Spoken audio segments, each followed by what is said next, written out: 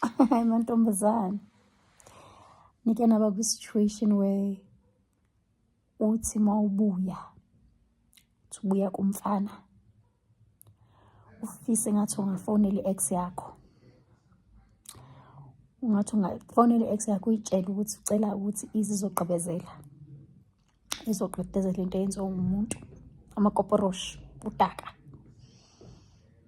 Uzwakahle ukuthi yeses, ngaze ngawaste isikhathi sami ngento engekho, ngaze ngamkhumulela umfana for nothing. Have you ever been in that situation? Kwenzeka phela ngenye imini hlangana nomfana enkwarini, sichokole nalo mfana into ethayethi iyavana kumandi laa nto lawe qamba okay, se-exchange numbers, akahlala ahlala eKapa. Hayi kube mandi nomfana siyancokola, kumandi nomfana sincokola konto senje uba naye ixesha seyihambileyo uyandifonela. Jonga intetha yethu ithudu. Kwenzeke ke ngoku ibe yi-birthday yam, afika umfana phathela into ezimandi, kumandi man. Ndahambi sivumelane ke ngoku a year later uba okay, mna sendiredi ngoku ukuvakashela. Hayi mfana naye si-arrange nomfana, so yayizoba yi-long weekend ke ngoku. So ndizohamba apha ngoLwesine ndibuye ngoMvulo. Hayi nyani ndiflaye ngoLwesine ekuseni ndifike phaa kuye afternoon. Kumandi ndizixelela uba ndizawuthi ndingena ngomnyango abe ndihlanganisa namadonga, umfana ube bubusantu. Hayi ndifika umfana udecorate-ile mntaka ba ufake nezaa bhaluni ezithi welcome. Oh, so cute, isn't it? Tholo ndenzele isnack umfana, yonke loo nto leyo. Sancokola nomfana kwabethu 10 ebusuku oko ndifike ngo-2. No Phashkhwayi. Qumbayi ke ngoku. Noba ndizayibhaqa nale nto ndiyinxanele kangaka. Emva koko ke ngoku utatasi. Hayi ke ngoku sithi siyayiqala ke ngoku le Phashkhwayi. Hayi athi ngeMouffetown, hey ndizive ndisezulwini qhuba ya. Hayi man, uyayitsho le way lo mfana.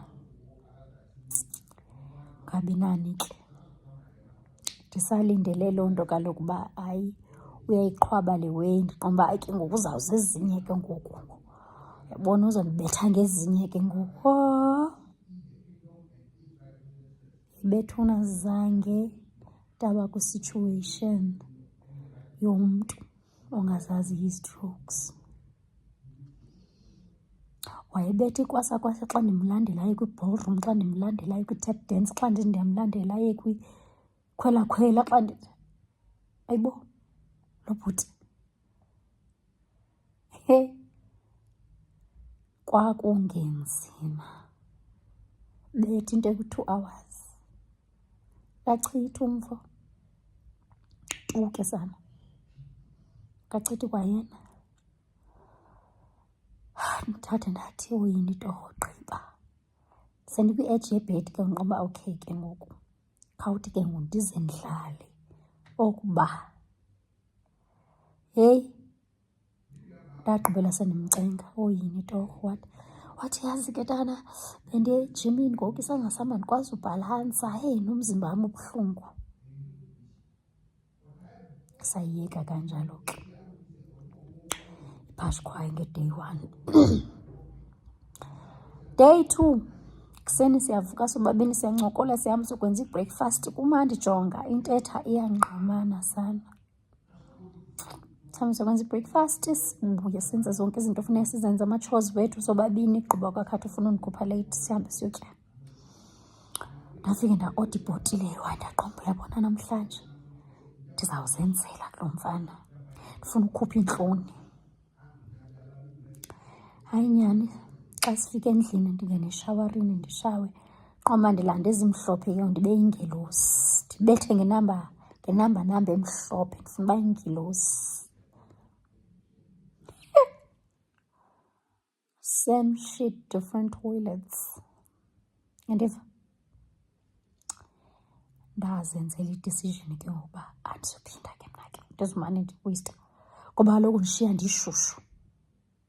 Ubhuti lo ushiya ndishushu, phofu ke nandikuxelela nala manzi awazubila, undishiya nditsholoza kodwa akuzudabila amanzi. Ndandihleli ke nayo ke mntakabawo, ndifike uLwesine sazama, kwaba uLwesihlanu sazama sohluleka. Sazohlala nomntu uMgqibelo neCawe noMvulo ekuseni, ndizohamba ngoMvulo emalanga. Ndiyayibona mntakabawo ihlobisile, iyajinga nje, akho msebenzi wayo. Ndibona uba laa mini ndandiphethe into yam, ndandizawuzinceda apha phambi kwakhe. Ndinesitresi ke ngoku, ndithi Thixo wam, thini le nto? Inoba ndim lo ngawabilisiyo amanzi? Inoba isitofu sam sikumayinasi bani nabethuna le nto uba sohluleke ubilisa amanzi? Ubuya kwam sana ndamthi blockings, bloki, andifuni ukwazi. Blockings, ndathi jikiri, 2 years later nakuya ndividiyo khola mntakabawo, ndiyiphendule. Ndazi uba wayendividiyo khole ngenamba enye okanye kwakutheni, asakhupha wethu. Wayefowunela wathi, ndilapha ke tana, yazi ndapha eRhawutini.